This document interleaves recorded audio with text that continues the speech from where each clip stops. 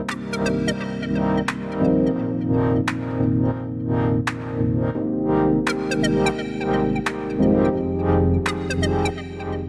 everyone and welcome to chapter number 2, video number 3 in the three-phase induction machine course, the theory of operation and equivalent circuit. It's time now to look for the theory of operation and how to derive the equivalent circuit from the theory of operation and how to solve the equivalent circuit to find the motor performance.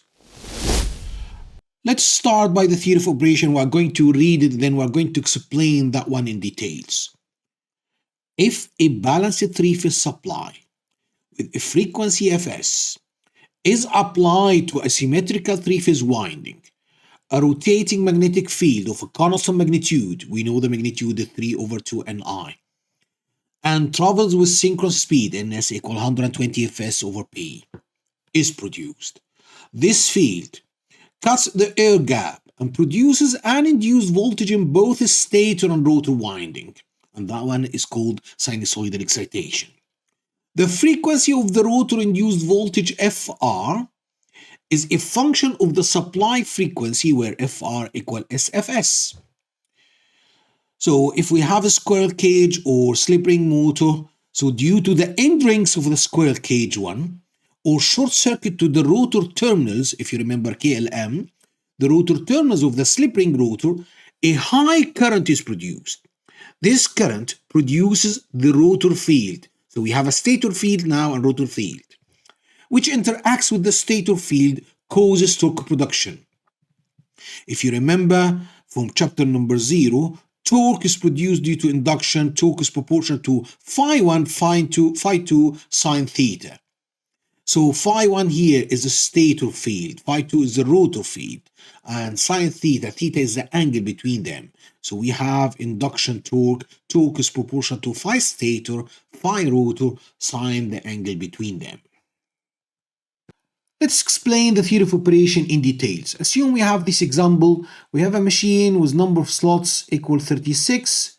We have number of poles 4. So we have number of slots per pole per phase equal 3.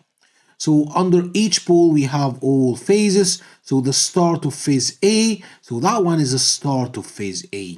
And then we have the start of phase B, that one is the start of phase B. And then we have the return of phase C, so that one is finish of C. So that one under this pole. We're going to repeat here for the South Pole, the North Pole, the South Pole. I need from you to follow with me the red color. If we start A here, so we are going to connect the winding here for these 3 slots by the winding for these 3 slots. So this one will be connected here, and then the end of these windings will be connected by the start of this winding, and the end of this winding will be connected by the start of this winding, and we end up by finish A. So we are going to repeat that one for phase B. For the blue color, we have here finish B. And we have finish C here, so we can have start C. So we have 6 terminals, we can connect the machine star or delta. So what the theory of operation tells us, if a three-phase winding, this is a three-phase winding structure we have, fed from a balanced three-phase supply, so we are going to feed that one from balanced supply. What is the result? The result is a rotating field is produced. So we have a rotating field. So this one will be a field rotating by a synchronous speed Ns with the frequency Fs in the supply. I need you to remember this one. So the frequency of this field is Fs. Fine. So now when we feed these windings, three-phase winding, or these windings are three-phase arrangement, the stator is furnished by three-phase winding, fed from a three-phase supply. The result is a rotating field running in space by a synchronous speed with frequency Fs. But we didn't see here that the field is running. I take a certain instant where that one is North Pole, South Pole, North Pole, South Pole. So I fixed the time now. So then what will happen? This field cuts the air gap. So as you can see here, these flux lines are going to cut the air gap, going to the rotor and return back to the stator. So these field lines are going to cut the rotor air gap, or cut the air gap to catch the rotor. So there will be induced voltage now in the stator. If you remember, due to the sinusoidal excitation, there will be 4.445 Fs T phase for the stator winding, number of turns per phase for the winding. If you remember from chapter 0, I explained that one for something simple like the transformer. So that one will be 4.445 Fn. Here, the number of turns per phase. So that one will be induced voltage per phase, RMS value, 4.44 phi maximum Fs, which is a supply frequency. So this voltage is going to work in induction here, or transformer action.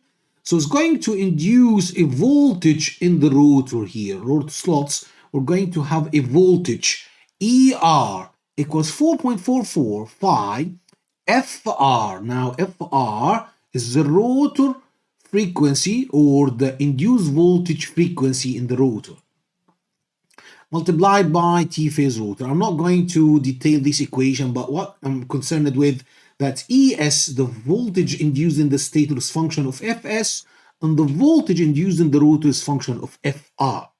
So this voltage now is induced in the rotor slots or rotor bars or rotor winding. Assume we have a squirrel cage, so that one will be rotor bars, and if it's a slip ring, that one will be a rotor winding.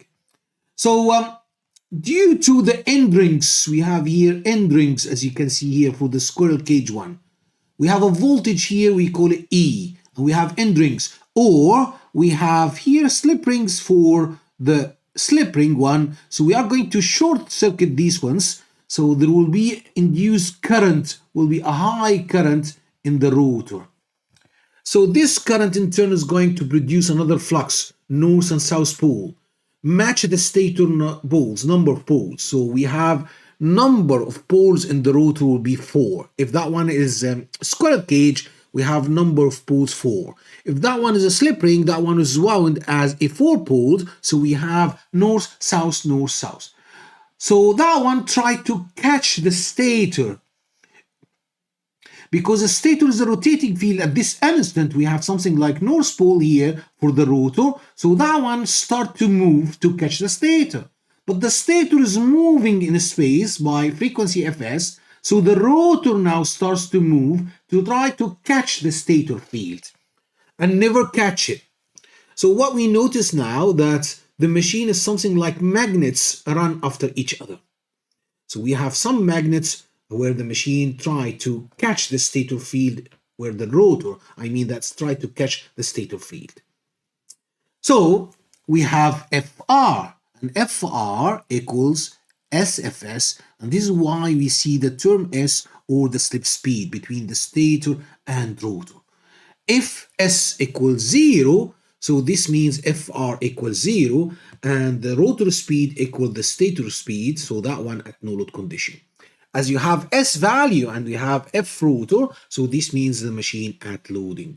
If we are at starting S equal 1, so that one will be the induced voltage in the rotor has the same frequency of the stator. Before we leave that one, I need you to notice this area now. So look for this one. So almost there is no flux here in the shaft. For healthy machine, if the machine is running for a long time and you touch the shaft in the middle, almost you find that one is cold or almost slightly warm. So there is no flux induced in the middle of the shaft, and that one of the symptoms for the healthy machine. Anyway, let us wrap up this slide. So if we have a machine fed from 3-phase supply, and we are going to feed the 3-phase winding by the arrangement we know, we have a rotating field. This field is running by a synchronous speed. This field is going to cut the air gap and try to catch our induced voltage in the rotor bars. So we have now induced voltage in the stator, and we have induced voltage in the rotor. So this induced voltage in the rotor with a frequency Fr. And due to end rings or short circuit in the rotor for the slip ring one, so we have a high current which produces another field. This field tries to catch the stator field, and the torque is produced according to the equation. Torque is proportional to phi stator, phi rotor, sine the angle between them. It's time now to dissect the theory of operation and deduce the equivalent circuit of the three-phase induction motor. So we are going to have it per phase because the motor is balanced symmetrical. So we are going to read it word by word, and then we are going to deduce the equivalent circuit. If a balanced three-phase supply, so we have a supply voltage with frequency Fs, is applied to a symmetrical three-phase winding. So we have keywords here: supply voltage, frequency Fs, and we have winding. A rotating magnetic field, so we have a field, is produced. That one with constant magnitude and travels with a synchronous speed. Right. So we have a supply voltage. We're going to have per phase voltage. If that one is a star connection, we're going to have V phase. If it's delta, line voltage equal phase voltage. No problem with that one. But we have a winding. So this means that we have a resistance for this winding, stator resistance. And we have a field is going to interact with the rotor. So not all the flux lines are going to interact with the rotor. There will be some leakage. And we know that the inductance is the flux lines multiplied by number of turns, N phi over I. So there will be leakage inductance here. So if we look here, we have a supply voltage with a certain frequency Fs, and that one is phase voltage. And we have a stator resistance here, the first part, and we have leakage inductance, X stator leakage. So let's read again. If a balanced three-phase supply with a frequency Fs is applied to a symmetrical three-phase winding, a rotating magnetic field, so this field is going to link with the rotor. So field means that we have phi multiplied by number of turns in the stator with respect to a magnetizing current. So this means that we have inductance. That one will be something like a load applied to the supply, or the supply see that one as a load. And we have iron core, so definitely there will be heat due to this field. So that one can be represented as resistance. So we have here core resistance, which represents the iron core, and we have a magnetizing reactance, we call it Xm. Still in the stator, we have the frequency Fs. So we have here what we call it no load current, I node. That one is distributed between the core resistance and magnetizing reactance. So the supply current now is going to give you a no-load current, and the rest of the current is going to the rotor side. So this field cuts the air gap, and we have stator side and rotor side now, and induces voltage in both stator and rotor. We have something like a transformer now. We have E stator, and we have another voltage induced here we called E rotor. So the voltage E stator will be something like 4.44 phi maximum FST phase. And that one, what I mentioned before, is a sinusoidal excitation. So we have here induced voltage in the stator. And definitely due to the transformer action between the stator and rotor, we have a voltage here, E rotor, or induced voltage in the rotor. That one is called E rotor, function of F rotor. Why you write it here S? Because F rotor is SF stator. So now I can take S outside. Now, we simulated the stator part, so that one is the stator. And we are going to move to the rotor. And because the current in the rotor, we call it I rotor, referred to the stator side, I'm going to call that one I rotor dash. So the field cuts the air gap and produces an induced voltage in both stator and rotor. The frequency of the rotor induced voltage is Fr, and function of the supply frequency Fr equals SFS. Up to now it's easy. Due to the end rings of the squirrel cage or short circuit to the rotor terminals of the slip ring, there will be a current in the rotor. So we have induced voltage, and due to this end rings or the rotor winding will be shorted in the slip ring, we have a current, I rotor.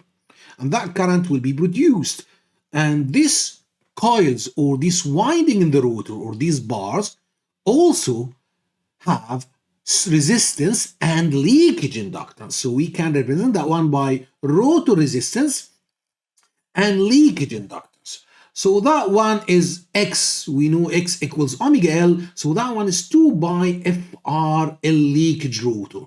So the inductance of the rotor is function of FR, which equals SFS. So once we have the current in the rotor now due to this short circuit, right? So the current produces the rotor field, which interacts with the stator field, and then we have a torque production. But if you notice now that the stator side has a frequency Fs, while the rotor side has a frequency Fr, we call that one dishonest transformer.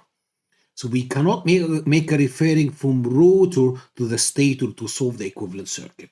But we need to make a smart idea here. Look, if we divide the rotor circuit by the term S, so let me wipe these ones first. So I'm going to wipe this one. Right? So now we're going to continue our theory formation. If we divide the rotor circuit by the term S, so that one is divided by S, that one is divided by S, that one is divided by S, so the inductance now and the voltage are function of F stator, and R rotor over S will be a value. It's not affected by frequency.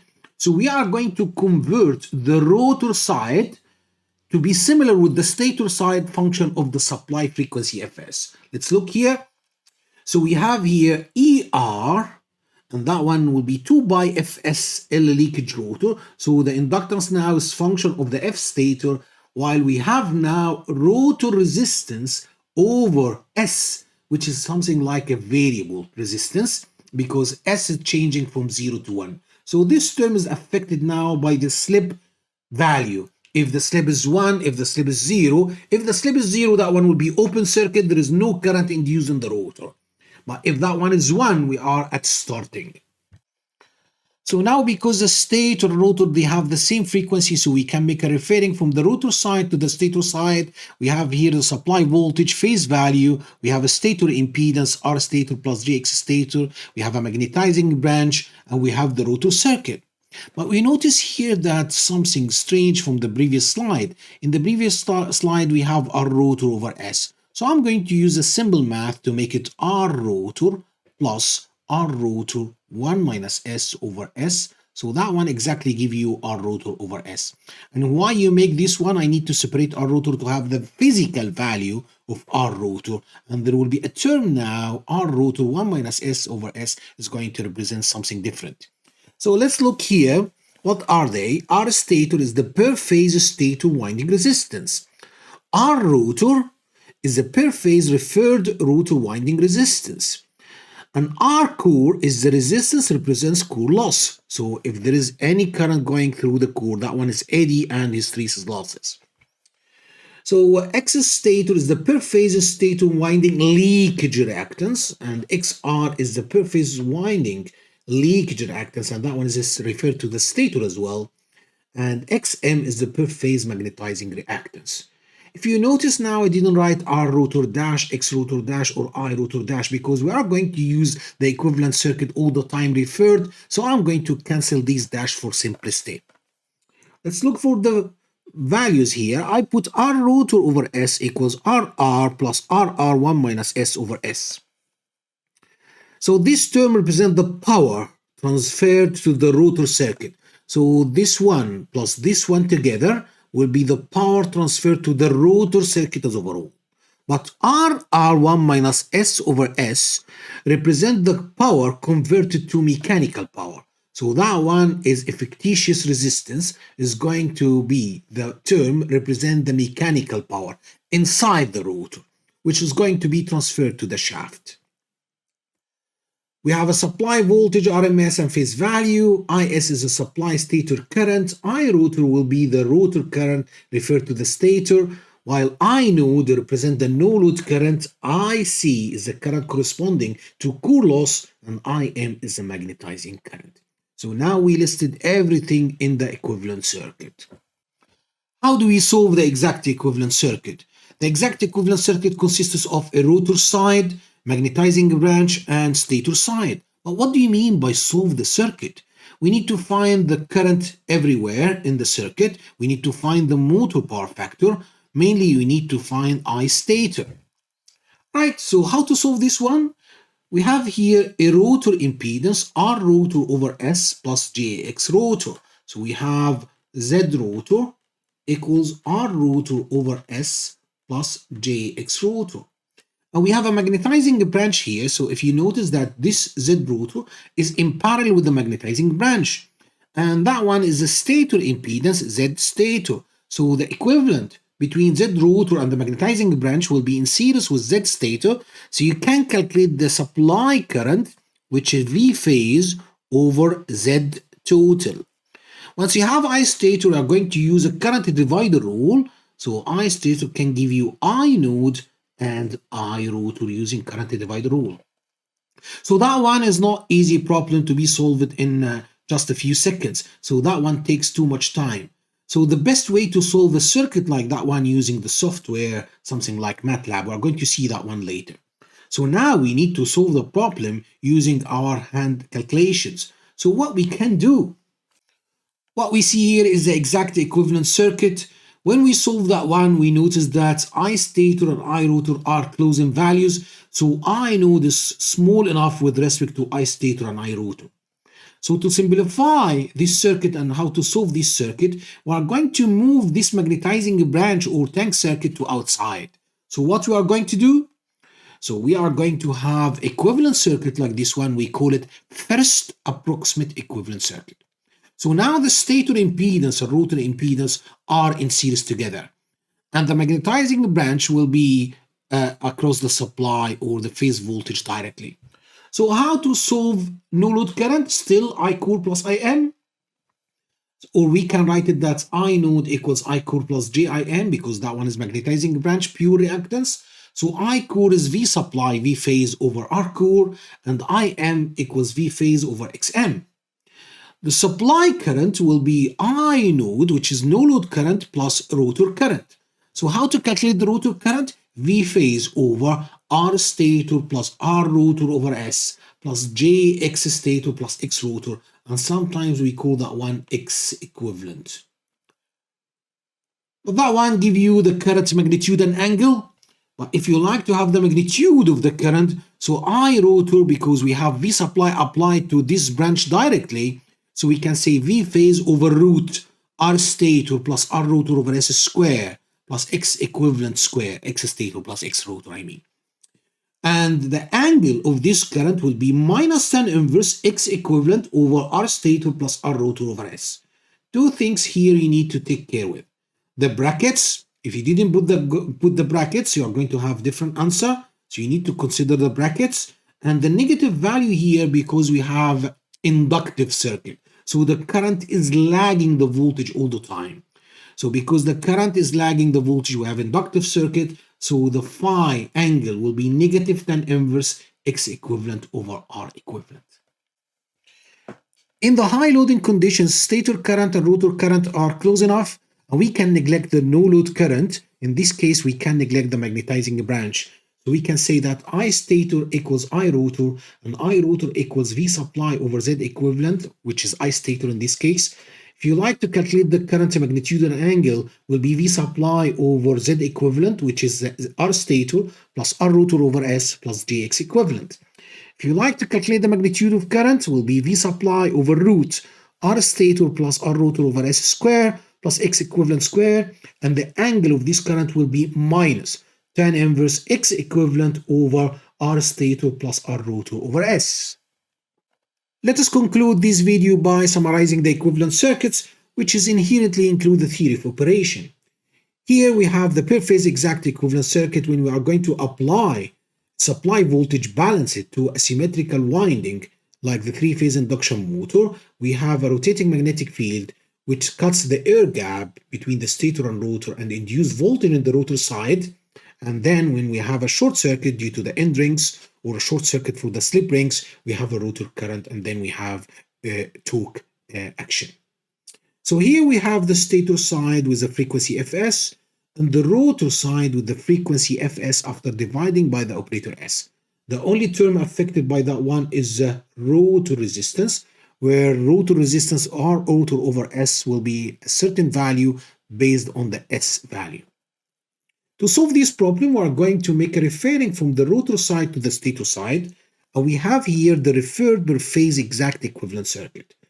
This circuit can be solved using software like MATLAB, but also we can solve it using manual calculation. It takes time, it's doable. We are going to see that one in the next video for a specific example. To simplify the circuit, we are going to have what we call it first approximate equivalent circuit. In first approximate equivalent circuit, we are going to move the magnetizing branch to outside, where the voltage applied directly to the no-load branch and at the same time applied to the rotor and stator impedance, they are in series together. So now we can calculate I rotor directly, add it to no-load current, and then we are going to find I stator, magnitude and angle. Then we can calculate the motor power factor. To simplify more and more, we are going to remove the tank circuit, and then we are going to have directly V supply applied to the rotor and stator impedance together. So I stator equals I rotor. In this case, we call that one second approximate equivalent circuit. What will I watch in the next video? In the next video, we are going to solve examples on equivalent circuit. See you in the next video.